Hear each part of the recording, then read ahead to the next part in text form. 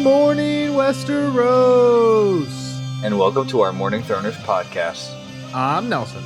And I'm Jeff. And we're the fucking Morning Throners. And welcome back to another episode of your favorite Song of Ice and Fire podcast. We are your Morning Throners, and we got episode 7 of season 2 of the House of the Dragon. Nelson, how you doing? Great. As always, I want to let everybody know, Jeff has not read Fire and Blood. He's a pretty big fan on the main series, though, both books and show. We probably will be making potential references to the show and maybe the main book series, but we won't be spoiling anything that hasn't happened yet in House of the Dragon that I know from Fire and Blood, because Jeff doesn't. So, Jeff, I would like to get your opinion first as someone who didn't really know what's happening. I feel like a lot of this stuff you were either spoiled on because you're a Twitter fiend, or some of it I feel like was kind of set up, like with the big thing I feel like was claiming of the dragons towards the end of the episode, right? Yeah, for sure. Like, I mean, first I'll say this is probably one of my favorite episodes.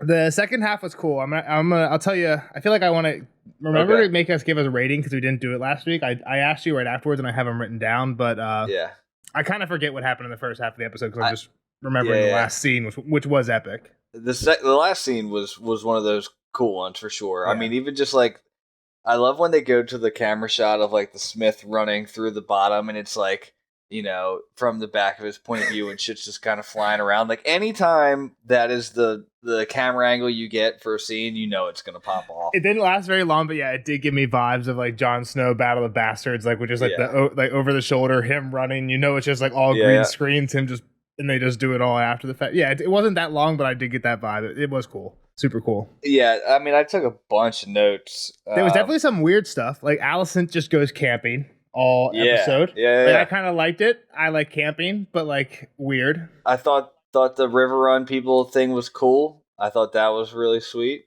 Kind of, again, like, I feel like if Damon wasn't in this episode, it would have been way better. Like, I liked all the Riverman stuff, but anytime Damon was part of it, it just, like, I don't know, it was weird. Damon kind of sucks. I'll save more for when we get to that to talk about it.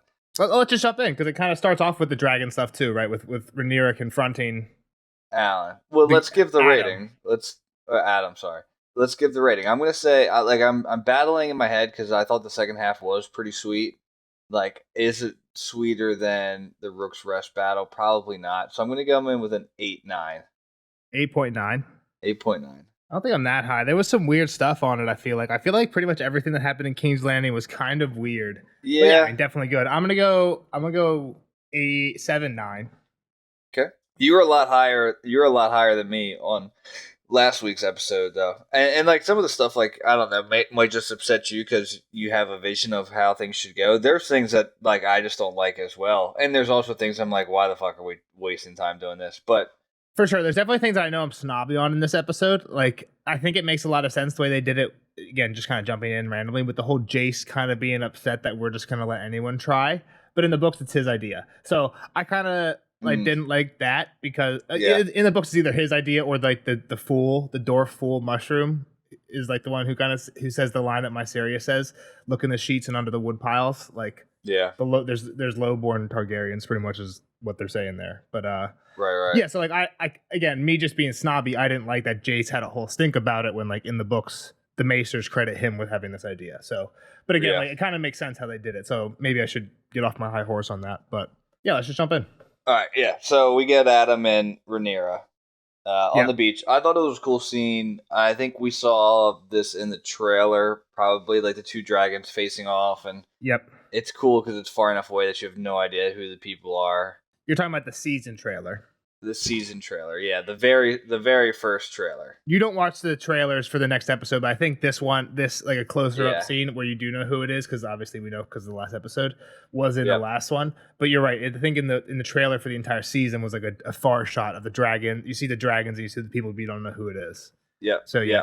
I tried not to watch. I really didn't even want to watch that one, but I did, and like luckily those move so fast that you'd have to like really kind of look. And they do tricky stuff. I used to pay way more attention to the Game of Thrones trailers, but I've seen videos of people who like analyze after the fact the trailers, and like they show like footage. The trailer will show footage and overlay audio that's from a completely different time. You know what I mean? Where like if you actually watch the show, Right. when that footage was shown, the audio that they're playing in the trailer wasn't at that same time. So they mislead you on purpose with the trailer stuff too sometimes. Yeah, it makes sense. But yeah, I mean, he pretty much kneels immediately, and she's like, "What? How did you do this? Like, you're not Targaryen. This doesn't make any sense." And the one thing I took away is that he lied about his father, which Yeah. why? I don't know why. Like, is it I just also don't is know it why just Corlys disrespectful to Bela and Corlys? Like, is it Corlys' thing that he has to say? I know you're almost of the part that you want it to be Laenor's kid anyway for it to make sense. But yeah, I've seen a lot of fans in the past week say that OC Smoke chose him because he's pretty much Laenor's brother, like half brother. So he's like, oh, I just missed my old rider. This guy's pretty close. Like, you know. Well, it seems like that's pretty a theme of the chapter, right? Or chapter. I fucking said it this week. If you're, how close are you to King Viserys? Maybe you have a chance, right? Because Ulf is a brother, a half brother, and the Smith was a cousin, right? If I could do the math. I was running my head through it. I was trying to figure it out. I don't know. He was saying his mom was a Targaryen whore. Yeah, that didn't make much sense to me either. Maybe the book fans are going to roast me for not knowing this one, but I don't know. And it sounded like he was saying that one of Viserys, it was Viserys' sister. He said rich people pay for a silver-haired. One of Viserys' parents' sister. So was his or was mom, he implying that his mom was a silver-haired woman, but not a Targaryen, and the dad was? I almost think it was that she was like a bastard daughter. She was a bastard daughter. That would have been, that was the confusing part. We'll wait to maybe dive into that one. But yeah, so he lied. Do you have anything about like why he lied? Or? Well, there is the part later where Corlys says, like when he's talking to Alan, he's like, "Yeah, they're like we're not dragon riders." Yeah, he's then like, "Yeah, okay, I know your mother." Like, well, no, not that when he was talking to Alan. Right, the brother who didn't claim a dragon. He's talking about Alan's mother to him too. Yeah, but to Alan, he's basically saying like, "Hey, your brother claimed a dragon. You could." It seemed like he was saying you could go try it. No, for sure. That's exactly what he was implying. My problem is he says there. What did I tell you last week? This makes sense because we don't even know who Corlys' mom is. So Corlys' mom could have been a Targaryen for all we know. I'm pretty sure in the books we don't know who it is. So Corlys' it would have been mom. Corlys' mom. I don't think it's an unknown person. So, and all we know is the Valerians and Targaryens intermarried a lot. So they could have just made Corlys' mom a Targaryen, and then these guys are Targaryen grandchildren, right? But he says in this chapter or in this episode to Alan, like, "Yeah, we're not dragon riders. I don't know how he basically did it." Like he pretty much says that. He's like, except for your mom. Your mom might have had some Targaryen blood, which I think I don't know. They should have just made his mom a Targaryen. Like that makes sense book wise. You're just naming a mom who we didn't have a name for before. But then why is Corlys then sneaking around with a Targaryen mother? And where is this Targaryen mother now? Like that doesn't make any sense. Like, oh, we just kind of forgot about this one. No. Corlys' mom is a Targaryen. I got you. I thought you were saying Alan, like his parent. I thought you were saying Alan and Adam's mother. Well, it seems like that's what he's implying in the show. That's what I'm saying. That doesn't make as much sense as his mom just being a Targaryen. Like from the books, we've heard Valerians and Targaryens intermarry. He still could. She still could be, right? So I don't know. That's the only weird thing I thought is like, all right, well, like, why not just like drop the bomb right there? But I guess they want us to kind of, like, I don't understand what's going to happen when that news does come alight that Corlys is the father. Like, does Bela get mad? Does Rhaena get mad that he stepped out on their mom? Oh, like, did he step out on the mom before they were married? Like, we don't know the timeline of. Timeline doesn't matter one. Yeah, they're grandchildren. They probably don't even care. Well, I think they probably care, but like Rhaena and Laenor are the children. They're dead, so I don't know how much the grandchildren would care. I don't know, but whatever. Yeah. All right. So we get into Alicent and the Maester. She's getting her wound checked out. This is a weird. I'll tell you, all of the Alicent stuff is pretty fucking weird. Yeah, maybe I'm missing some symbolism, but she's basically like nothing's clean around here, and I didn't put it together when I was watching it. But now that we're talking about it, like, is that why she goes out into the forest? Is she saying like, hey, it's cleaner outside the city than it is inside the city because there's rats all over the place? And I think her getting into like the water was almost like a baptism of sorts, like cleansing her sins. Like she was really beat up on her sins with Kristen when the baby died, and kind of like forgiving herself for everything and starting over. Yeah, let me just like wash all this off. That's kind of the only symbolism I took of her being out there. Yep. What does she say? Like, I'm just gonna go ride off with. I was confused. It's almost Did she She say says, I "Let's go need to the help? Kingswood." I She's need like, help, Sir Rickard. Come with me to the Kingswood. I almost took it well, as he's the guard. right. I almost took it as she was going to meet a Sir Rickard in the Kingswood. And I was No, I like, think what it's the this fuck's she guy. doing out there? But no, it was that guy. They're just going Yeah. out camping. They just had a little. What you want to do? Just a night under the stars. Everybody likes a little night camping, a nice little weekend out in the woods. That's what Alicent Yep. wants to do. No, they're weird. Again, everything with the greens was weird this episode. Now we got Larys and Ironrod. Ironrod is the master of laws. Yeah, I just threw down other guy in council. Yeah, so he's the master of laws. He comes up and he's like, "Hey, Larys, what's going on with these guys?" And Larys is like, "Oh, these guys are getting sent to the wall." Yep. And it almost sounds like it's Larry. Like Larys is the one that made this decision. Or was I reading too much into that? Like, I think he's the you're probably master of reading laws. too much If into anyone's making the decision, it's Ironrod, the guy who's asking the question. No, but that doesn't make it. I don't know if that makes him the judge. I still think Master of laws. I don't know. it's just the title. Like, I don't know. I feel like this is more an Aemond-ish decision of like, wow, They're literally playing each other's roles here. Larry's is deciding what happens to the bad guys, and the Master of Laws is coming up saying, "Hey, I got whispers." I don't know There's if a writer. Larys decided it though. You're right. It might have been Aemond. Maybe I'd Might have to been Aemond. rewatch that. But yeah, That was kind of the vibe I got, but it might have been Aemond. But yeah, so he's basically like, there's a rider on Sea Smoke. I don't know why he's so afraid to tell Aemond. Is it like don't shoot the messenger type thing? Is it gonna like piss him off so much that Or he like would, they're afraid to just be kill wrong? him? I mean, I think that's the thing about whispers is it's rumors, right? Like I feel like you don't jump 2 feet into the rumor bucket. You got to kind of test the water out. Well, here I was thinking it was because they were afraid to be wrong. But again, to me, like, just tell Aemond, but tell him that you're like not sure about it. Like, hey, this is what we heard, but like it's not. This is like a 30% rumor. It's better that Aemond knows that there's a chance of it than just keep him completely in the dark. I mean, I think that's literally where the saying "don't shoot the messenger" comes from. Like, hey, this is just what I'm hearing. Like, don't blame me. But I guess. Well, I don't know. Like at work, there's a lot of times where somebody will ask me something and I will give them an answer with the caveat that like, hey, I can go back and find you the real answer, 100% positive. But off the top of my head, sitting in this meeting right now, I'm like 70% sure that this is the answer. It's along these lines. You know what I mean? But I always am very clear to caveat like, hey, I'm not 100% sure because you could tell somebody that, and then they could go tell somebody higher up the chain, and they could go and then somebody makes then you're big playing decision. tag. I get you. Then someone's playing. It makes a really big decision, like, "Hey, we're launching dragons or some shit, right?" Based on some shit that you said that you weren't clear on. So I think it's okay to spread the information. Just make sure that you're like he says, "Oh, it's from a squire who heard it from a stable hand, who heard it from a blah blah blah, who heard it from right." Like it's already telephoned down. But what's Damon gonna do? Okay, Sea Smoke's out there. Obviously, he knew that. It wasn't like he was making plans of sending people to like go test your luck on Sea Smoke.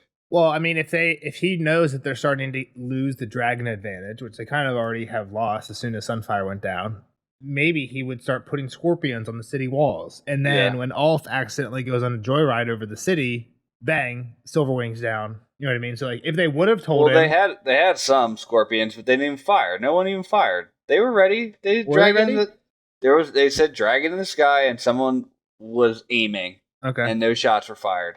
But I was thinking more so like, all right, let me just go fly on Dragonstone real quick with Vhagar and see what we can do. Yeah. Maybe he would have done that a little bit quicker. Earlier, yeah. Yeah. Black Council. Well, Larys is like, maybe we just shouldn't say anything. Which, yeah. I think that's more so of like, fuck Aemond. I'm back on Team Aegon side. But that didn't really last for much longer either, I don't think. So, yeah, let's get to the council. Well, again, I think the Larry stuff you might be right on that, and maybe that will pay off. I don't maybe I need to think about it more. I don't understand exactly like what he's getting out of having like really pushing Aegon doing rehab and stuff. Like we'll get to that in a little bit. Well, it sounds like he wants Aegon. Yeah, we'll get there. I'll save it for when we're there. Yeah, council. So Black Council. They're shocked that this baseborn person is riding the dragon. Yeah. They're pissed that it's a lowborn, and Corlys, they want Corlys to make a decision to do something, and he's like, we're going to wait for Rhaenyra. So again, Corlys isn't doing anything, like not being impactful at all. Like, what is this character here for? And he had a chance to have like a cool scene coming up, and he just didn't do anything. Just like, walks away from it, yeah. Rhaenyra is not in this council. Like, okay, she's just blowing off her council to hang out with Mysaria. She's having the council just a one-on-one council with Mysaria. Like, what are you doing? Like, you're the queen. You can't just... She's doing some Stannis type shit. She is. Like, you can't just blow off your actual council to just like be one-on-one with your fake hand. Like, okay, name her hand then. Like I don't know. I don't know. I don't really like that. What's aspect of Mysaria this. in the show? Just the Whisperer? Is she Yeah, the she's like the spy whisperer. I didn't really get this on my read through Fire and Blood, but after seeing some fan thoughts after the last episode, I guess there are hints that Rhaenyra and Mysaria might have had some type of relationship, even in the books. interesting? But definitely wasn't something that I thought about on my first read through Fire and Blood. Even Do they? now that I'm going, It seems like she's getting credit for doing a lot, or like being like. I don't second. think yet. I think Okay. in the book she kind of is on Team Black, but not really at this point. Not even to this point now. Like a little bit in season 1 time frame, she was around in King's Landing, but I don't think she pretty much goes like I don't know. I think like late basically like I feel like she's just like doing so. Like she's obviously right now Rhaenyra's like most trusted counsel. I think her role in the books is pretty much she stays in King's Landing the whole time, and Damon like knows her from like their past, so he kind of has like an in with somebody in King's Landing. That's how which she kind of does, right? Right. Yeah, she gets messages to King's Landing. In the books, she's just like is there, and like Damon is somehow getting word to her, and then she's doing stuff from inside King's Landing on behalf of the Blacks. It's also interesting then, which I like Damon and Rhaenyra then in the books are working together, which it's super weird that they've just been fighting for now 5 episodes or whatever it is, like exactly, and they're just not being. I don't like that. I actually don't like that at all. That they've been not together, and I'm assuming they're coming back. Like whatever. Like let's just say Damon's gonna I'm the king. I'll do it on my own. Well, now you've got like 7 dragons coming at you from the right, and you got Vhagar coming at you from the left. Like you can't just be the third party anymore. And even in this episode, Damon pretty much does get the River Lords on his side, but they make it very clear that they're only on his side not because they like him at all, but just because they have an oath to Rhaenyra. Right, exactly. Right. So, yeah, again, I don't love the Damon stuff. I pretty much think, I hate to say it, but I think every time he's on screen in this episode, it makes the scene worse. Like, that little kid who Lord Tully killed it this episode. But literally every time they cut to him every time they cut to Damon in the Godswood, I'm like, this is a joke. Like they're trying to make this all mysterious and stuff. Like I just hate when Damon's on screen. Like just leave it to the Tully kid. I don't hate it as much as you, but I'll say he's it the again. Rogue Prince, and people are just like this little kid's talking shit to his face. I thought the other episode save more till we get there. Yeah, I'll save. I was popping off. You are popping off. All right. Rhaenyra Mysaria. Rhaenyra's hype about this, that they have dragon riders. She doesn't care about the lowbornness. I mean, it's honestly her only chance to win, right? Is to get every person on a dragon that she can. Any dragon that's riderless, like it needs to be mine. Because I mean, it's so cool watching Vhagar fly, but he is just that big. He's huge, yeah. That you need that, and she doesn't say it here either. But later, when the dragon seeds do show up, she says this thing like, "Hey, you guys are going to risk your lives, and the goal is we're going to claim dragons and then have more dragons and win this whole thing bloodlessly." So again, I think this is kind of like the nuclear war parallel, where it's just like, "Hey, these two things are just going to clear cities as long as we can have more of the horrible weapon, then we don't have to use it." It's like the mutually assured destruction thing, right? So. We just got to have more in the arsenal than they do, and then we kind of have, a little bit of leverage. Yeah, so she's super excited and wants to go right back into the scrolls, and Mysaria's like... What score? I've definitely said this before in the normal podcast. Score is 20? I don't know. An accounting 20. Measure? Okay. Yeah. Because Mysaria says... 4 and 7 years ago. Exactly, 4 and 7 years. I didn't know if it was Game of Thrones counting or not. Well, Mysaria says that she knows at least 4 Targaryen bastards. That's 80. So she knows at least 80 Targaryen bastards from her time at King's Landing. Yeah. She said that in that scene. I was like, wait a minute. That's a lot of fucking bastards. That is a lot. I didn't even pick up on that, probably. Yeah. Yeah, no. I mean, it was kind of shocking to see how many of them do end up showing up. Yeah. And I think at the end of the scene with Rhaenyra and Mysaria is kind of cool, where Rhaenyra acknowledges, like, hey, I already gotten a lot of heat for my kids being bastards. Pretty much the cat's already out of the bag on that one. Like, we'll win this thing with an army of bastards. I don't care. Yeah, like, that's what we gotta go to. I thought that was a pretty dope line. Yeah, I like that too. That was the one that I don't think is from the books, but kind of felt like it was. It felt like it was. Like she said it with like almost like looking at the camera through the fourth wall. Like, I have an army of bastards, and I just looked into my camera like. You guys can see that, but again, obviously I like Rhaenyra as a character in the show, but it's kind of funny because like I do kind of read through the book Fire and Blood, like the couple pages, because each episode only covers a couple pages. So I kind of read a couple pages that I think will be covered a couple days beforehand. Rhaenyra is still just like, every time they talk about what's happening on Dragonstone, they're like, yeah, Rhaenyra is still upset about Luke and her lost pregnancy, and then actually like from Rhaenys dying at Rook's Rest, that she just like is sad, and then Jace and Corlys are doing everything. So like literally like this entire season, if you follow the book, Rhaenyra would not have been doing anything. So obviously I like that they made her do stuff, but it's kind of interesting just like to compare that to the book, is like Rhaenyra is just like a crazy, upset, sad. I mean, it's also interesting that it's Jace and Corlys in the book, and Damon's technically there too, where you think Damon would be stepping up to do some stuff. Well, again, Damon's at Harrenhal, but he's not like, he kind of had the army from the beginning. A lot of the Bracken versus Blackwood stuff was real, but it was just because the Brackens were actually on Aegon's side, so there was a little bit of a conflict there. So he's not at Dragonstone. He's at Harrenhal, but it seems like they're communicating a little bit. Yeah. Gotcha. All right. Adam and Corlys. I thought this was lame as fuck. Again, felt like a huge missed opportunity. Huge miss. And I'm hoping we'll get it, right? We're going to get it at some point. Corlys has to acknowledge Adam and in a cool way. There's got to be a sweet... I mean, they keep talking about these navies kind of doing some stuff. There's got to be a sweet ship battle at some point. And I'd be okay if he doesn't pop off, that he just takes kind of like a cannonball to the gullet and... Corlys, and he falls overboard, and that's kind of the end of. He's done nothing this whole season. He didn't really do anything last season. I'm pretty tired of him. We just need to make him do stuff. I don't know. I've seen some clips going back to season 1. Like, he's at least kind of stirring the pot, right? Like, he talked Damon into like trying to go fight in the Stepstones, and he obviously was fighting in the Stepstones, and like you didn't see the battle, but he got injured, right? So like at least he was kind of doing some shit. But yeah, he's just kind of like chilling in the council room. Yeah, I don't. And missed opportunity. He could be a really cool character. Giving the guy a well done, I thought was lame as fuck. Like, why do you like the big brother so much better? Like, give this guy, a dap or two. Like, you're hugging Alan, and why are you just no love to Adam? Like, finally he gets love now because he has a dragon. Like, he was no different than Alan. He doesn't even get love now. Even that he got the well done, right? Yeah, so put the well done on the scale of some loving. It's very low, but it's better than nothing.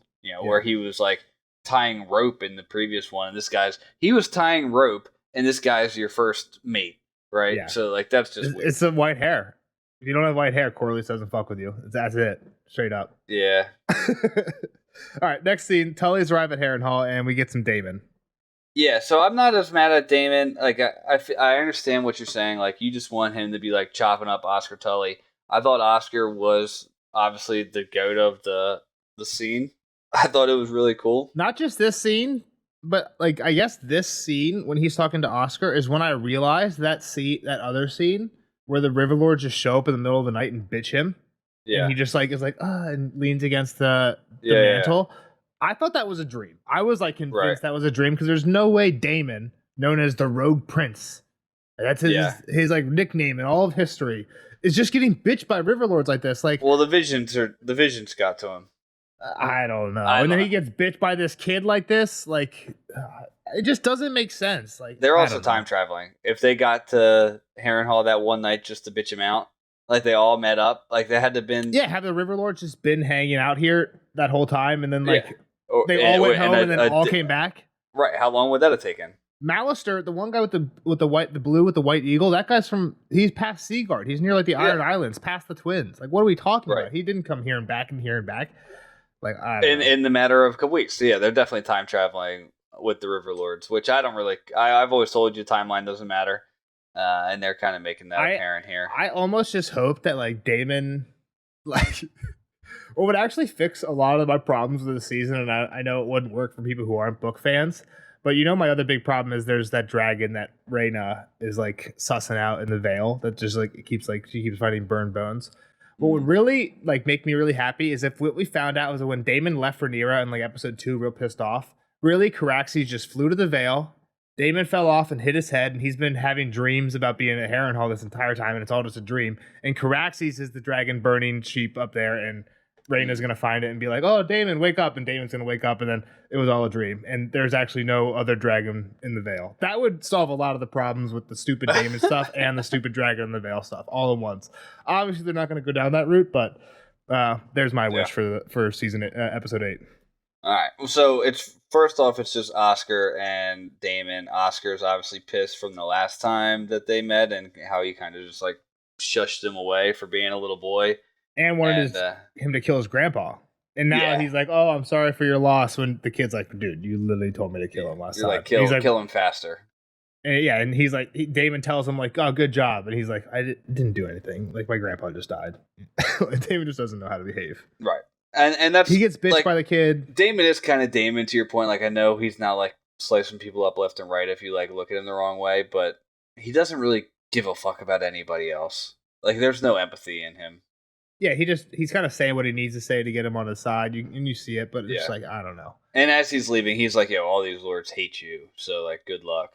Yeah, when they go out to meet the River Lords, he's like, "Yeah, good luck." So they go out there, pretty much like, Oscar's like, "Yeah, Damon sucks, but we swore an oath to Rhaenyra." Yep, and we trust our loyalties or our old oaths. And I did kind of like this when Damon's like, after a lot of it, Damon's like, "Okay, Oscar's bold, like your lord's bold, but he's not wrong." I mean, he straight talked shit about Damon and was like, Damon's like, "Okay, I earned some of that. I deserve unloyal and does shit the wrong way." Like, okay, yeah. But then Oscar condemns William Blackwood for going too far, and he's like, "Now you're gonna die." Which I think this was cool. I kind of saw it coming like a little bit as soon as William's like, "Hey, I swear fealty to you." I knew Oscar was like gonna kill him to kind of solidify the Riverlands. Yeah. Even though I don't think this is in the books. I wasn't ready for it, but they also kind of called for the justice, right? Like the other lords. Like I wonder if they didn't speak up, if he would have just kind of like, it seems like Oscar was on like I need to make a point type of thing. Like this is my first day at the job. Like I need to. It's kind of like the first day in prison. Like you need to punch the biggest, baddest dude you can see. You got to make someone your bitch. Yeah. And first day in prison, everybody it was from us watching 60 Days In. Even though they definitely don't do that in 60 Days In. They try to hide just for lay 60 low. days. Yeah. So, I thought that was good. There's more Blackwoods, obviously, right? So, like, someone's going to step up and they're going to be like, "Yo, you got to get in line." And then the Brackens. Little boys up next. One really cool thing about this, though, I don't know if you're gonna know. You might know. Blackwoods. Anything special about the Blackwoods? Do you know what their sigil is, by any chance? A cigar with a wood tip. The weirwood tree. Well, I think it has a bunch of ravens in it. Jamie goes there and feeds of crows or dance of dragons. Did you get my joke? Blackwood. Isn't that? You're thinking backwood is like a cigar that's like for rednecks that like doesn't stay together. Black and mild. Yeah, okay. I mixed the two. Sorry. Gotcha. No, I didn't think of being a weirwood tree. If you smoke backwoods, by the way, no disrespect by saying it's for rednecks. I've had a backwood or two in my day. It's a nice like out by the lake. Yeah, I don't think they're for rednecks. I think they're more for like rolling weed than would be just. Oh, you don't actually smoke them? Me and my boys used to get them. We used to go to my buddy's lake house and we just used to rip them out on a kayak or something. Well, maybe where you're from, in my area, it was more for the vessel, not the in the city. In the city, in the city they're for blunts and out in the sticks or boys smoking. I also have an uncle who liked to smoke a lot of cigars. Like he'd smoke cigars instead of cigarettes. That's what I'm saying. They're redneck cigars. But he would buy a pack and just, but they're like cheap. They're like I don't know, whatever they are a pack. It's like 40 cents for like 6 of them. I don't think it's that cheap anymore. But no matter what. So one cool thing, so their sigil is their house is called Raven Tree. Their sigil is a weirwood with a bunch of ravens in it. I think basically Jamie goes there and the story is like there's this weirwood tree that's dead, but all these ravens, thousands of ravens come to this, it's a massive weirwood tree. Jamie says it's like absolutely huge. And thousands of ravens come to it every night and like perch in its branches. And they are one of the very few, and they're probably the largest Riverlands house that still worships the old gods. Interesting. And for the old gods, they don't really do it anymore, but the weirwood tree used to have this big thing about blood sacrifices. Like you would always kill people in front of weirwood trees and they would drink the blood. And a lot of like in the book lore, people think that makes like kind of your memories go into the weirwood net, right? So Bran would have access to anyone's memories if they were killed in front of a weirwood tree and their blood like soaked into the roots. So I think it's interesting that the Blackwoods are old god houses. Damon kills him. Not that Damon has anything really old god related to him, but in the Godswood, right? They're in the Harrenhal Godswood in front of the weirwood tree. So some blood might get into the roots there. 100%. I think they did that on purpose. Ryan Condal That was the showrunner. A implication. little nod to the fans. Yeah, well, doing it with the old guy from the old gods. Yeah. Yeah. So then Damon's walking away, and Again, I think they made it weird though. Like Damon seemed conflicted about this. Like him walking up and killing him, like he seemed like he had a problem with it. That is one thing. Like he obviously told Willem back then, "Was like, yo, I can't do this. The Crown can't be suspected of doing this." Which again, they just threw Damon and the Crown under the bus. Like Willem's like, "No, I did it for you. I did it for you." Like tell him I did. He was flying his banners. I think that when the Riverlords woke him up in that what I thought was a dream, they're like, "Hey, he was flying your banners." Yeah, maybe they weren't supposed to be, but they were. I don't know. But yeah, like I agree. Like I don't think. Again, Damon got what he wanted in the army. Like, does he really give a fuck about one Blackwood if the Blackwoods are still here? Exactly. So, like, why is it the whole? I feel like the scene focus like made it like a big deal for Damon. Yeah. Like, I feel like Damon really wouldn't care. But it was also a dream. So, like, this was a dream too. Him killing William Blackwood. No. Right after the slice, he's in dream mode. Yes. So maybe he was only, contemplating it in the dream. Because right after, maybe, I don't see it that way, but you're right. Right after he kills William Blackwood, the next thing is he's walking alone in Harrenhal. Yeah. And there's a black goat. Yeah, we see the goat again. Vargo Hoat. I don't know. They're laying it on thick. Enough of the goat. I don't need to see the goat anymore. Show fans won't know anything about it. It's a wink for book fans. 200 years away. 300 it's a wink for the. It's just a wink for the book fans. We've already winked at it. We don't. It's like the creepy guy at the bar now. We don't have to keep. You don't have to keep winking. Okay, right. I see it. So he goes in. Viserys is sitting on the weirwood throne. Was his face backwards? On his weirwood bed. I thought it was too. I thought the scar was on the other side last time. His scar was definitely on the left side of his face. Yeah, I don't know if it really matters, but I was thinking it matters big time. That's the weirdest thing. If they just flipped his face, why would they do that? Why would they flip his face? Sometimes I feel like editors, like when they edit shows, will just flip it if they think it looks better from one way or the other. And maybe the person who is editing this one and proof watching didn't realize that by flipping it because they think they made it just look more symmetric or whatever. No, that was bad. I need to go back and confirm. I'm almost positive it's on the wrong side. Me and you both thought it, so I would think so, but who knows? We've both been wrong before. Disappointed. I need to see the director. Again, cool scene though, because the whole point is Viserys is like, hey, I never really wanted this thing. And again, I think we talked about this a little bit last time. The whole like, I don't want it. Didn't Alice Rivers say to Damon, Rhaenyra didn't really want it. Right. Just like it's a burden, not a gift or something like that. The weight of the crown, right? And he's like struggling to hold on to it. Obviously, you can't wear it. And he's like, you really still want this? Like, look at all the pain of like how much death and destruction it caused because people want this thing. Like, you really still want this? And I think that's what he's actually contemplating. It's like, all right, like what the fuck? What am I actually doing here? Right? I kind of understand the idea they're doing with David, where he goes to Harrenhal by himself on an ego trip. He's getting all these visions and kind of gets humbled by the visions. It just, I don't know. I feel like I like the idea. I really don't like the execution. He's been humbled. He's been humbled by a lot of visions to this point. Like we're finally seeing him get humbled. I get it. I just him getting humbled turns him into kind of a pushover, where he lets like this little kid and the Riverlord just say whatever they want. Like, well, I will say that in that one moment, Oscar Tully did have he had all the men, right? Unless he was going to hop on Craxes and just burn them all down, which maybe you're saying he would have done in the books. I don't know. I guess I liked how the visions affected Damon last episode, where the vision seemed to get to him. He was gonna leave. You kind of actually asked an honest question in the Discord, like where would he have gone to? And there's no good answer to that, which is why me and some of the other guys were just joking around, like, oh, you just go to another haunted castle. But yeah, it doesn't really make sense. But I like how that affected him. Like he got affected by the visions, and he asked for help. Right? That's the thing that Damon never does. And he's like, Alice, help me. Like she's like, you know what I mean? And then she does. Here, the visions keep affecting him, and what they just make for everyone. I don't know. They like. Well, I guess he's asking for help from the. Is that what he's doing? He's asking for help from the Riverlords. I think how I'm taking this vision is like, all right, like get back to helping Rhaenyra. Like, forget about your own conquest right now. Like, you're actually here for Rhaenyra. I think that's gonna flip in his mind at some point. He's gonna be like, all right, like let me get back on to being her king consort and like doing what's best for her. Gotcha. Before we go to the next scene, is this prediction for you? Okay. What's going to happen with Damon in the last episode, I guess? Do you think we're going to get a Damon-Rhaenyra reunite? I don't know. Reunited. I'm starting to wonder if Damon ever sees Rhaenyra again. I have no. If there's any Twitter kind of spoils that I've seen is that Damon and Aemond are going to fight. I don't know when said fight is going to be, and I don't know if he's going to see Rhaenyra. So I'm leaning to that he's not going to see Rhaenyra, which Okay. I think the way that he's just been running around Harrenhal would make it kind of lame that they've been on opposite sides, and if they never do see each other again, I wouldn't like that. So maybe he comes back, sees her one last time to get back on the same page, and then he goes off and fights or whatnot. But I don't know.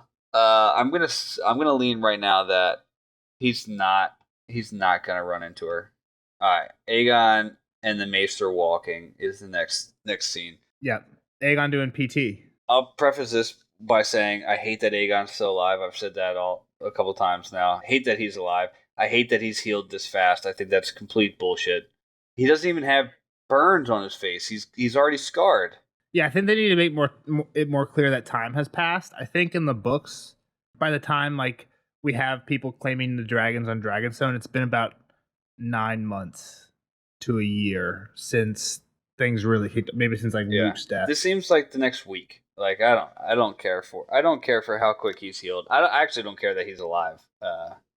Yeah, I think what we hear in the books is that we don't hear exact dates, but my estimate would be that Rook's Rest took place about mid-year, and then we hear that Aegon was bedridden until the end of the year. So at least a 6-month recovery. I don't think they were showing that it took 6 months from Rook's Rest till now in the show. No, they definitely aren't.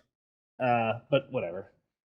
I agree. It doesn't make sense, but they're kind of just making time fly in certain areas when they want to. So yeah, timeline doesn't it's just matter. a show thing. I just don't care. Again, I don't care that he's alive. I don't care that he healed this quick.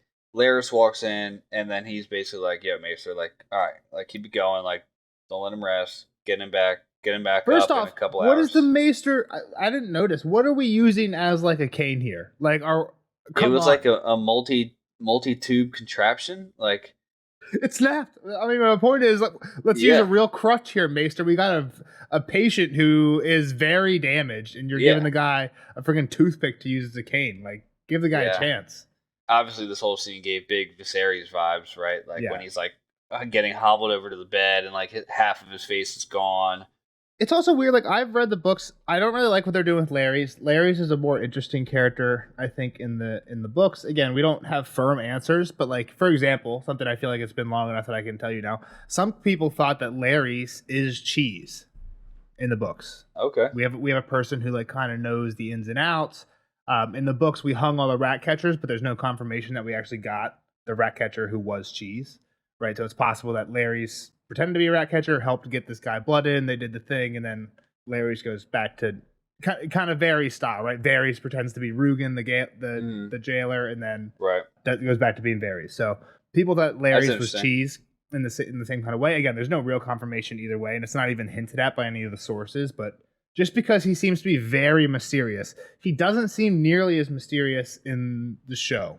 Again, he kind of was in season 1. I feel like they're kind of really taking that away in this season. But again, maybe they'll do something cool. I don't know why he wants Aegon doing rehab so bad.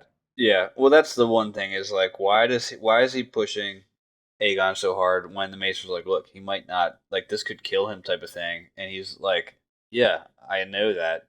Basically, that's what I took from like, oh, he can rest soon, right? He doesn't have to rest now because he's gonna be dead soon. And I'm just curious of what he can get out of Aegon walking for a little bit. That's going to be enough to, all right, then you can die, and then we're still stuck where we kind of currently are with Aemond. It just doesn't make sense. The only thing I can think is he wants Aegon as healthy as possible, as soon as possible, so that he's in charge and not Aemond, because Aegon seems to like Larys a little bit better than Aemond does.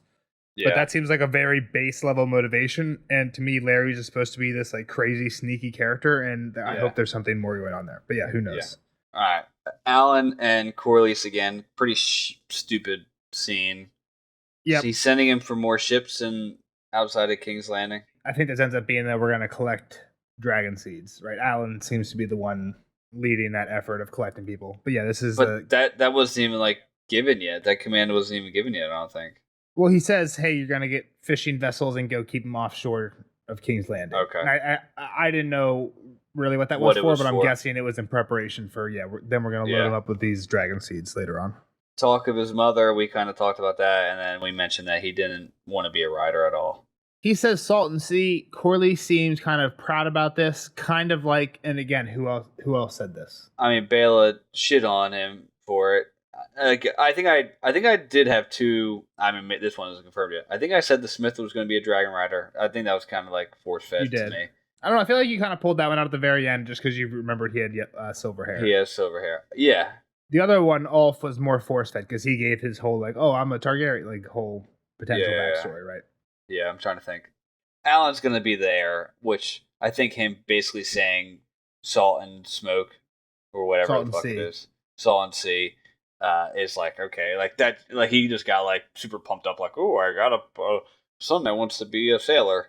Yeah, sweet, Corliss, like go off. Salt and smoke's just funny because that's the prince that was promised prophecy, and I just think about the scene from the show where Melisandre and Stannis and Renly are talking, and Melisandre's like, he's the prince who was promised. He was born amidst salt and smoke, and Renly's like, what is he, a ham? That's a good line. I do recall that. How about I love Renly. This is going back. We had a Dawn mention in the episode. Did that perk your ears up? I didn't think about it. When was it? Damon said it. Then he basically said like the night is darkest right before the dawn. Oh, you're right. I thought about Batman. It was Batman. I was thinking Harvey Dent, but yeah, you're right. I didn't think about Dawn from. And then also when Aegon was holding the crown, they zoomed in on the Starks. Like the Starks was front and center. When Viserys was holding the crown. When Viserys was holding the crown, did you see the Starks was front and center? I didn't notice at the very end, right before they cut away. I was like, wait, it does seem like one's front and center. I tried to lean in, but it was cut too quick. I didn't notice which one was. Starks. Okay, that's cool. All right. So what's also interesting is the Dorne sigil is on there, and Dorne is not part of the Seven Kingdoms yet. But whatever. They kind of forgot. I mean, or Viserys, or the Targaryens are just like, fuck it, we don't care that they say they're not part. We're gonna pretend that they are. Yeah. We like their sigil. Let's throw that thing on there too. Yeah. All right. We get Rhaena leaving the Vale. I thought some of the kids were supposed to stay at the Vale. Who's staying at the Vale? Nobody. Joffrey's staying. Okay. Joffrey and his one dragon. Yeah, Joffrey's the last bastard. In the books, I think he's 9 or 11 at this point. Yeah, Joffrey's strong. He's a trueborn. Yeah, exactly. And the other two, the two children by Damon, Aegon and Viserys, they're going to Pentos. Rhaena's supposed to be going to Pentos, but yeah, she's like, runs off as soon as the doors are closed. Yeah. So we find out why. I complained about this last time. Where is Rhaena going that she's like taking a stroll through the woods? Because we're supposed to be on the top of this fucking mountain. They're below the gate of the moon. There's just like I mean, you can see like Lady Jean Arryn, who's the Lady of the Vale. She's just like waiting there. Also, I said something last time in one of the last episodes that I was wrong about. I said that the lady had like a little son. I was basically suggesting that the Lady of the Vale was a mirror to Lysa and her little son. That there was this lady had a little son as well. That's not true. I was confusing her with a different lady. That Vale. Somebody corrected me in the comments, so I just want to get that out there. But yeah, so it's just weird, like because you can see the doors and there's basically just like a bridge and then there's the Eyrie. That's it. It's just like over one bridge and that's where the Eyrie is. It seems like past the gates of the moon. When in reality, it should be up a fucking 9-hour hike and 3-way castles. But yeah, that's how she's been just exploring the fields. No, definitely stupid. I will say, I thought Harrenhal. We saw Harrenhal during the day. I'm skipping all. Harrenhal looked badass. Yeah, Harrenhal looked a lot cooler. Right, half the shit was broken. Right, so at least we're getting some of that. Vale still stinks. All right, Rhaena turns off. Is she gonna find Dragon? We're fixing to find out. Burn bones. Yep, she finds more burn bones. I guess I was a big. Without trying to be too spoilery, I was kind of big down on this whole idea last time because this pretty much means that the idea is Rhaena's going to claim a dragon, that in the books, there's another dragon seed besides the 3 we have so far, Adam, Hugh, and Ulf. There's another one that's kind of just like out of nowhere who claims a wild dragon. I don't want to say too much more, but people think Rhaena is going to replace this character. And a lot of people really like this character. I was pretty sold that was going to happen because it seems like they're setting it up. I have heard that there's some people that think that there's still a chance that this is kind of like a misdirect and this dragon will pretty much be like, fuck off, fuck you, Rhaena, I already have. It just sucks to be Rhaena. Yeah, maybe this dragon that she's finding burn signs of already has a dragon rider or something. Yeah, that was what I was going to say. Like maybe there's somebody on the dragon already. Right? Already. So I'm holding out hope. because that would mean this cool character who a lot of us book fans want to be in is still in. I was kind of a downer on it last time. Okay. I think it's less and less likely every episode, but I'm holding out hope now. So Yeah. but yeah. Yeah, I mean, it would suck to suck if Rhaena doesn't get a dragon, but like, once we find out, I can tell you more. Either way, right? Once I can find out if Rhaena gets it, I can tell you a little bit more about this character who we know won't exist in the show. Yeah. So okay, yeah. all right. We're definitely gonna find out by the next episode. It's kind of probably my most excited thing to find out next episode is this character going to be in it or not? Because everything else I probably pretty much know because I know what happens in the books, right? So, do you think they would be purposely hiding this actor? Like, don't you think that would have leaked that? So we don't know who this actor is or the Daron actor, and people think that both of them could potentially be pushed to season 3. Right. Well, we do get maybe Daron that's why news maybe later. that's why we don't know about either one. But yeah. So, I just had a great casting idea in my head for who this character could be. I don't want to say it because it could give it away. Say it after I sign off. Yeah. Alicent's running through the woods. She might not. She might want to go on alone full time. I love this. Yeah, exactly. Alone is a show that Jeff and I like, if you guys aren't catching that reference, where they just send 10 people out in the woods to live for as long as they can by themselves. And Alicent is kind of putting that on this Kingsguard guy. She comes back from like a little hike, and this guy's like skinning rabbits and stuff. He's like, "Can we go back yet?" Like, yeah, it's hard keeping us both fed out here in the woods. Just keep hunting. Just keep hunting. I like this. Again, I'm a nature guy, so I kind of get this vibe. I don't do it often, but I like going spend a nice little week out in the woods. Is this a book thing at all? Alicent just like goes off camping during a war? Not really, but I like it because I can relate to it. I feel like a lot of people are not going to like this part. Fudge off. It's stupid. But yeah, I like it. The one problem I have with it is Alicent is wearing dresses in the woods. Like, she would have brought some pants. You know what I mean? Like, even when she goes into the lake. I don't know if she would have. If she's a camper girl who wants to go spend weeks out in the woods, she doesn't strike me as a camper girl or a pants girl. She'd probably have a pair of cargo pants if she was a camper. I don't think so. You know what I mean? I don't think so. All right, moving on. Jason Rhaenyra, and he's pissed. Which this kind of took me off guard because he was kind of like, "Yo, let's find riders" type of thing, which you're saying is kind of to his credit, and I do understand now. Like, is this the show basically saying like, all right, Jace, like, yeah, you're a bastard? Well, I think he was. We haven't really heard Rhaenyra say like, okay, yeah, like you're Harwin Strong. I don't know if she confirms it, but there is the part in episode 1 where at least Jace, the eldest child, when Harwin like leaves, he's like, I got to go back to Harrenhal, and he leaves and says goodbye. He like looks at Rhaenyra and says like, "Is Harwin Strong my father?" And it cuts away. Right. But like, they've already had this conversation theoretically, right? So he knows he's a bastard. It seems like what he's saying is, I'm a bastard. Everyone knows it. But the reason that they're going to accept me as heir, like you're saying, is because even though I'm a bastard, it's true. It's clear that I'm a true Targaryen because I have a dragon. No, I get. If we open that door, I get why he's mad now. Right? Any bastard Targaryen can. Like, he's basically saying like, all right, once you're dead, Ulf, or the Smith on Vermithor is gonna be like, all right, fuck it. Actually, I'm king now. Yeah, I have a better claim than I have a better clearly claim. I'm a Targaryen, and I'm a son from this line, which and is closer to. And I have a bigger dragon. At the end of the day, I have a bigger bomb, right? Yeah, so yeah, I'll say that's one thing that I'm sure Rhaenyra couldn't just be like, all right, fuck you, Cyrax. Like, I'm hopping on Vermithor, but I know she wishes she could. Yeah, I mean, Vermithor's badass. He's so cool. Yeah, we'll get to it in a little bit, but yeah. So the Jace scene again, I really don't like it because it kind of contradicts the books where this is his idea, so it doesn't make sense that he'd be so butthurt about it. But it, like we said, it makes sense. It does make sense, and I think they wanted to have the scene with them too of like, one more time, am I like, he straight called her out like, you took Harwin into your bed type of thing, and she didn't deny it, right? So like, she's not denying it, she's not saying like, yes you are, but like, I think there's a lot of words in her silence. It's and they want to get him.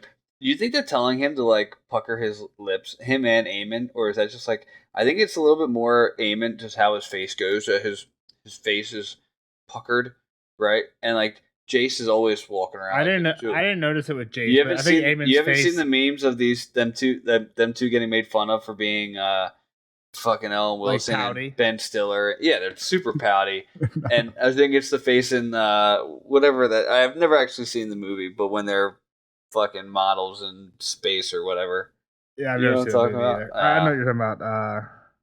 Zoolander. Zoolander, yeah. I've And they're never like, seen it either, but yeah. are they like purposely making just pouty, kissy face? Like, I've seen enough pictures of Eamon's actor in real life to know that his face is just kind of that way. Yeah, I think Eamon's. Yeah, he's got like the really point at the tip of his lip, right? And like point up. Yeah. And I think Jace is just walking around pouty. I don't know. I feel like Jace kind of kills it. Like he gets the emotion out. Like he did it earlier when he learned about Luke's death, and he gets. It's the first time he only drops the pouty face when he's actually crying.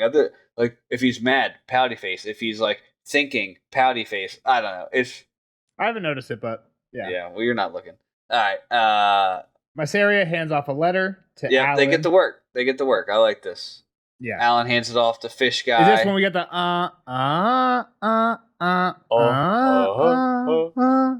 What is that music? I was even saying like we've heard this before. Is it like the sneaky snake music's happening? It's Rhaenyra. It's Rhaenyra. Okay. But like they play it when Damon's doing shady stuff in last season for sure. Like when he got his foot up, right? I think it's. I want to say it's only when Rhaenyra's doing something. You might be right.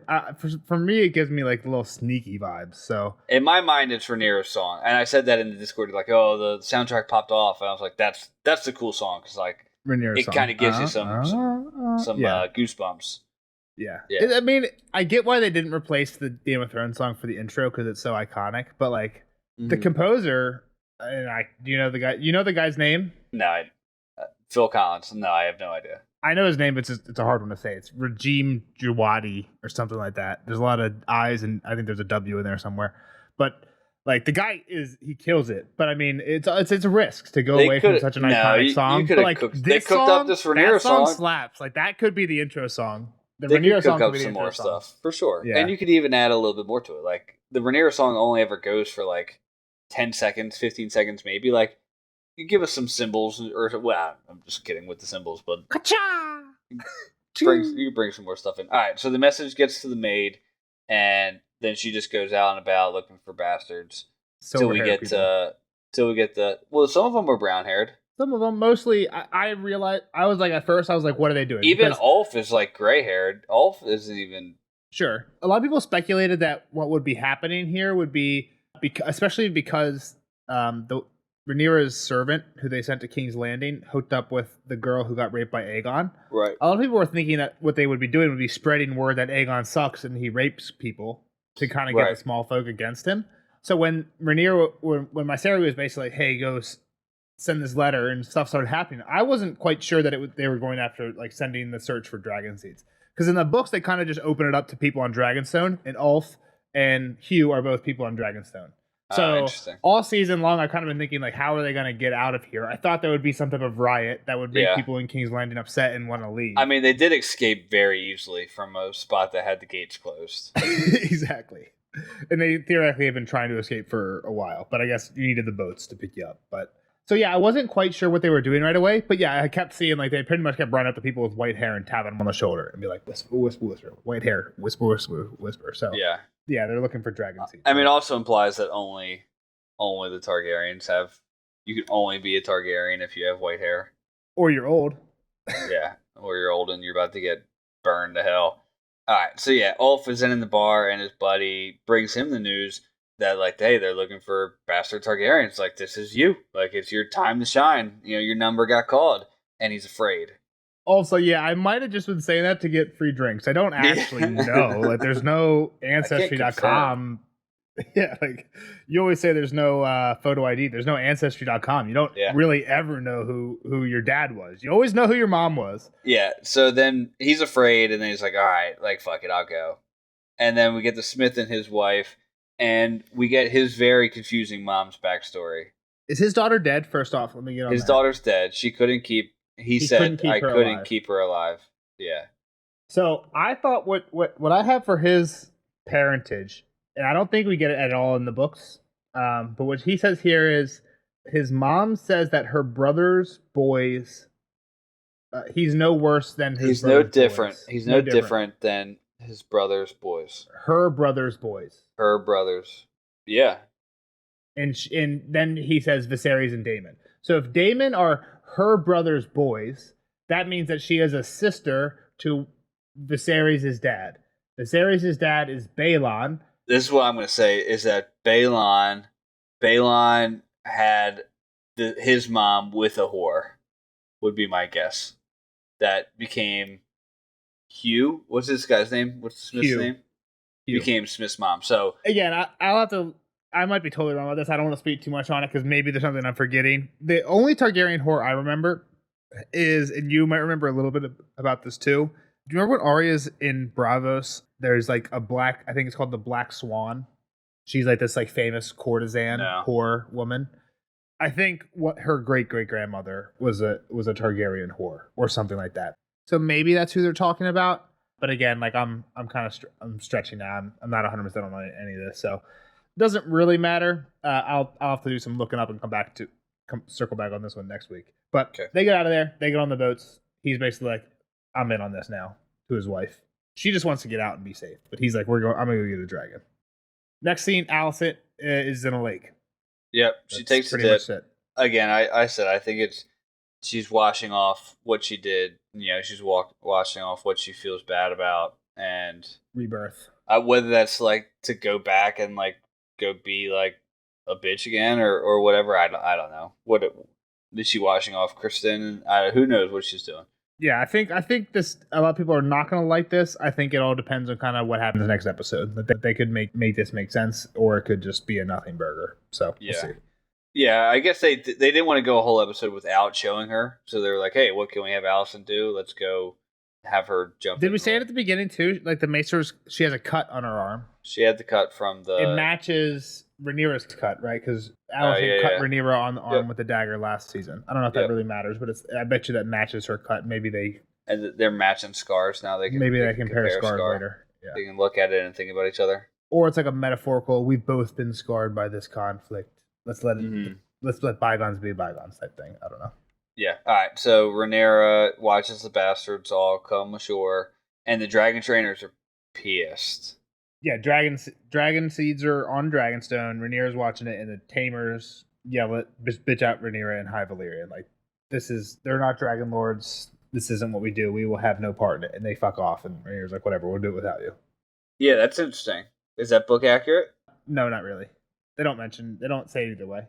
Yeah, whatever. I thought it was interesting, and I was like, all right, maybe they care that much, but like, why do they care? I don't know. They seem to care more about the dragons than the rider. Yeah. Yeah. She gives a great speech to the bastards. You mentioned this, like, hey, if this works, we can save everybody and save not just yourself, but like not have to spill any blood in this war. Yeah.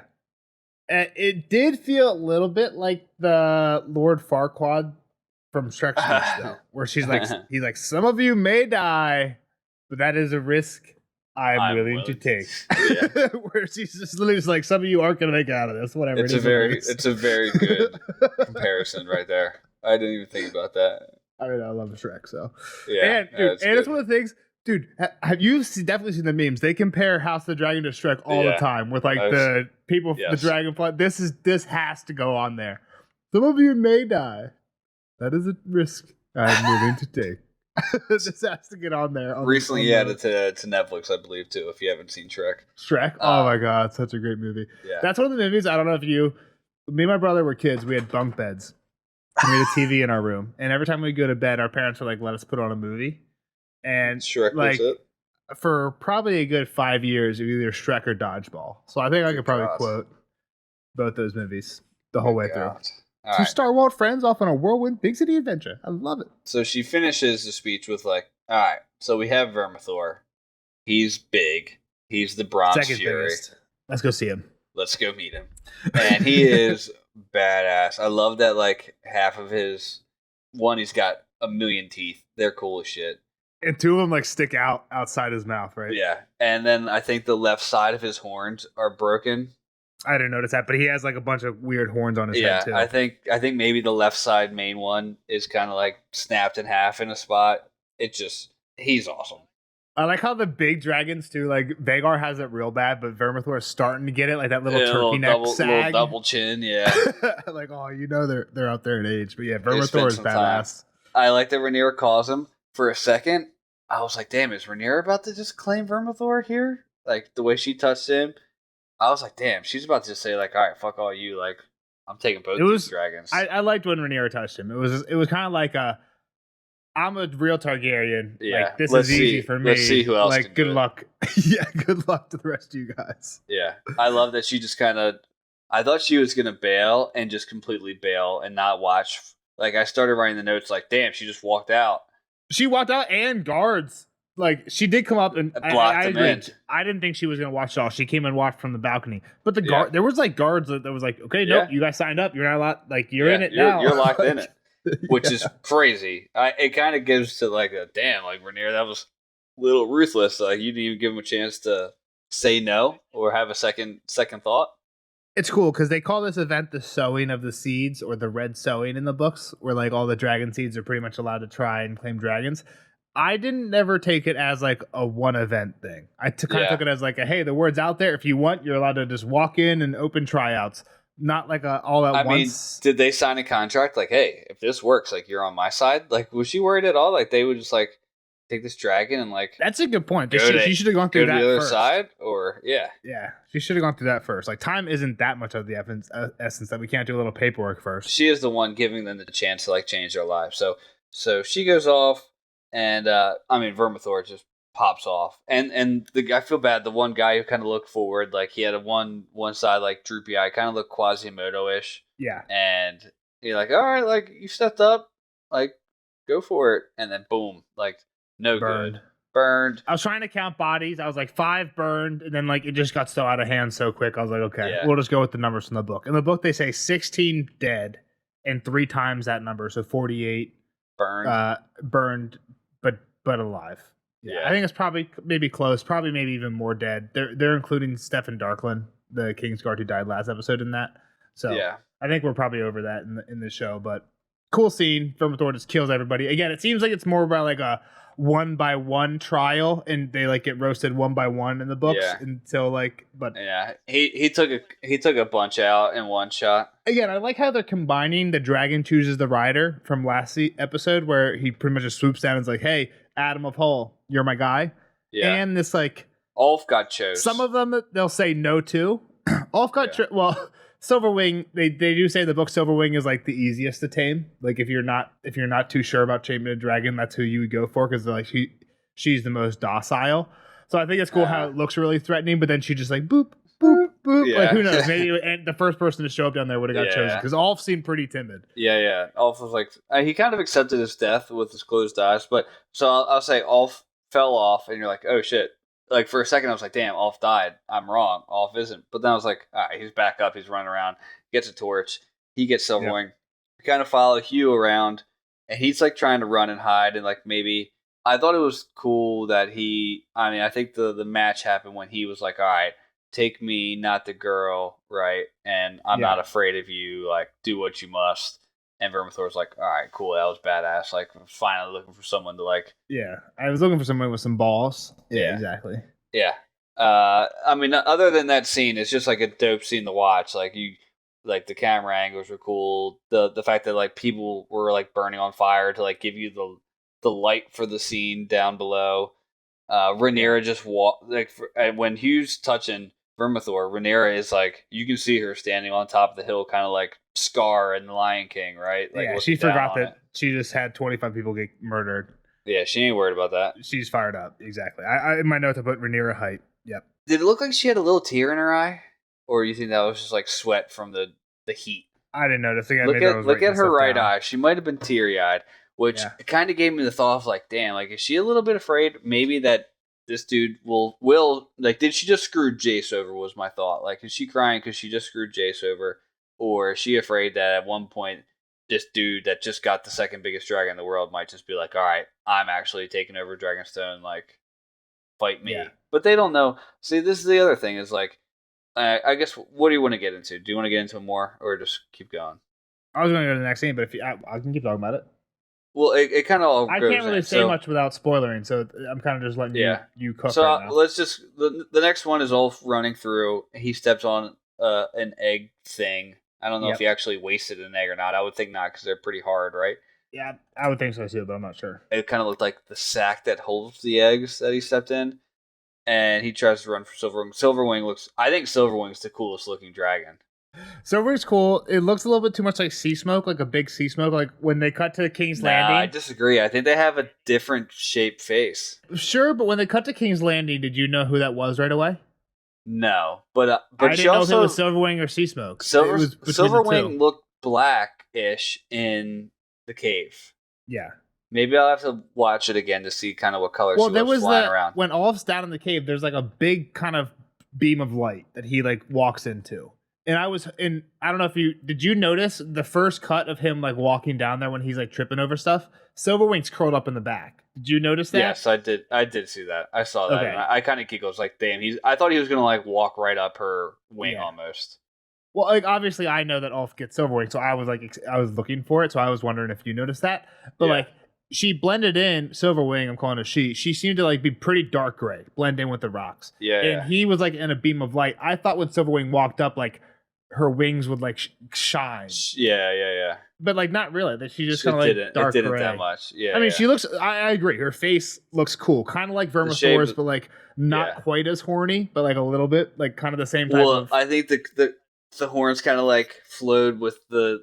It was different. It was a different shape, which I thought was cool. I think it was the only one that had. Maybe it's a little Cyraxy shape, but I think it was a pretty unique shape. Yeah, it's definitely cool. I like it too. And again, it just like I liked how Ulf and I'm like, what were you thinking? Like Ulf's shitting himself, like Silverwing just getting closer and closer and closer, and then just like boop, like right in the belly, and knocks him on his butt, and like just keeps poking him with her nose. Like like when I'm on a road trip with my dog. My dog, like, I don't care if it's 0 degrees out. Like, it can be in the middle of a blizzard. He wants the windows down, and if I put the windows up to like talk on the phone or something, as soon as I hang up the phone, my dog will come up behind my shoulder and just like boop, right on the back of my shoulder with his nose. Like, okay, dude, time for the window down again. Window down. And I feel like that's just what Silverwing's doing. Just like the little dog, I want your attention, nose boop. Hey, been a long time since the season, buddy. You want to go for a ride? What is wild? Silverwing's has a saddle on. Mm-hmm. We just leave our dogs in the kennel with their leash and collar and like all that shit. It's like a dangerous thing to go take that thing off, I would assume. Or like, hey, you're planning for this moment. All right, I kind of got to roll, so can we roll through this last scene? Yep. All right, Aemon's in the council. The High Towers are slow coming because these berries are fucking up their trek. Yep, they're getting fought by a lot of people who are on Team Rhaenyra, pretty much. But Daeron's joining soon. Yep. He's ready to fly. All right. Dragon. Oh shit! Dragon's flying in, and we see Ulf is flying in. I think this is one cool thing is like he's flying. He's actually he's holding on, but he's not actually flying yet, right? So like there's got to be a learning curve for these cats to like. And even Adam in the beginning was like, I think I can get the Dragonstone, which looks like it's like a stone's throw away. Like they're gonna have to learn how to fly a little bit. Yeah, you said that last episode that like you hope that these guys don't just like know how to control these dragons right away. Yeah. And then Aemon is hustling out. He gets on Vhagar. Anytime he's on Vhagar, it's just a dope scene to see. Yeah. Chasing him to Dragonstone. And I didn't get the take that he saw all the dragons. I think he just realized that like, okay, maybe this is not the time to go solo on Dragonstone. I think so too. I think it was like, oh shit, like, is this really what I'm about to do? Like, even if like, okay, if he didn't know who that dragon was, like he knows Cyrix is there. And whatever else might be Moon Dancer, like, is this the time? No, let's live to fight another day. Definitely, for sure. Yeah. But then, that last scene where he turns around and then we get the Rhaenyra. You're right. I guess it is the Rhaenyra music because it's Rhaenyra standing there. Vermithor, right, walks up behind with Hugh on it. We got Cyrax and way in the background. Silverwing lands on the castle. Everything was cool. Everything was cool. Hugh being on Vermithor.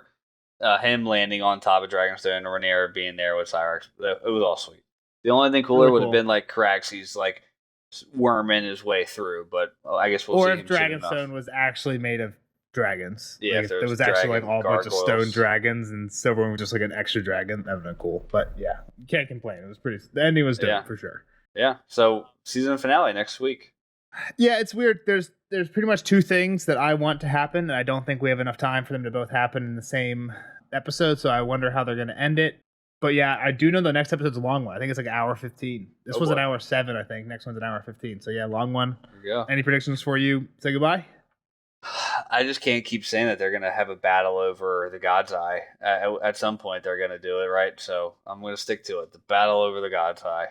Yeah, that's next episode. Vale's getting chopped. I'm sticking with my 2. It's finally gonna Vale happen. dies in the battle at the God's Eye. Okay. Yeah. All right. Well, see, Jeff, I'm gonna stick around for 1 second to let everybody know who they could have be the mystery dragon rider if Rhaena doesn't end up being the dragon rider. All right. I'll see you guys. Bye. See you in the next one. Bye. All right, Jeff's gone. What I was wondering, and maybe the age isn't right, Zendaya is getting a little bit old, but I was thinking, what if they had a secret casting Zendaya as Nettles? I feel like that'd be a dope casting. I'm a big Zendaya fan. Zendaya's just awesome. But yep, that was my last thought. Zendaya's Nettles. Let me think. Is there anything else I want to say in the spoiler section? Probably, I should have thought about this beforehand. There's probably a bunch of stuff I could have said. Nah, I'll leave it there. We'll see you guys in the next one. Thanks for listening. Like, subscribe. Bye-bye.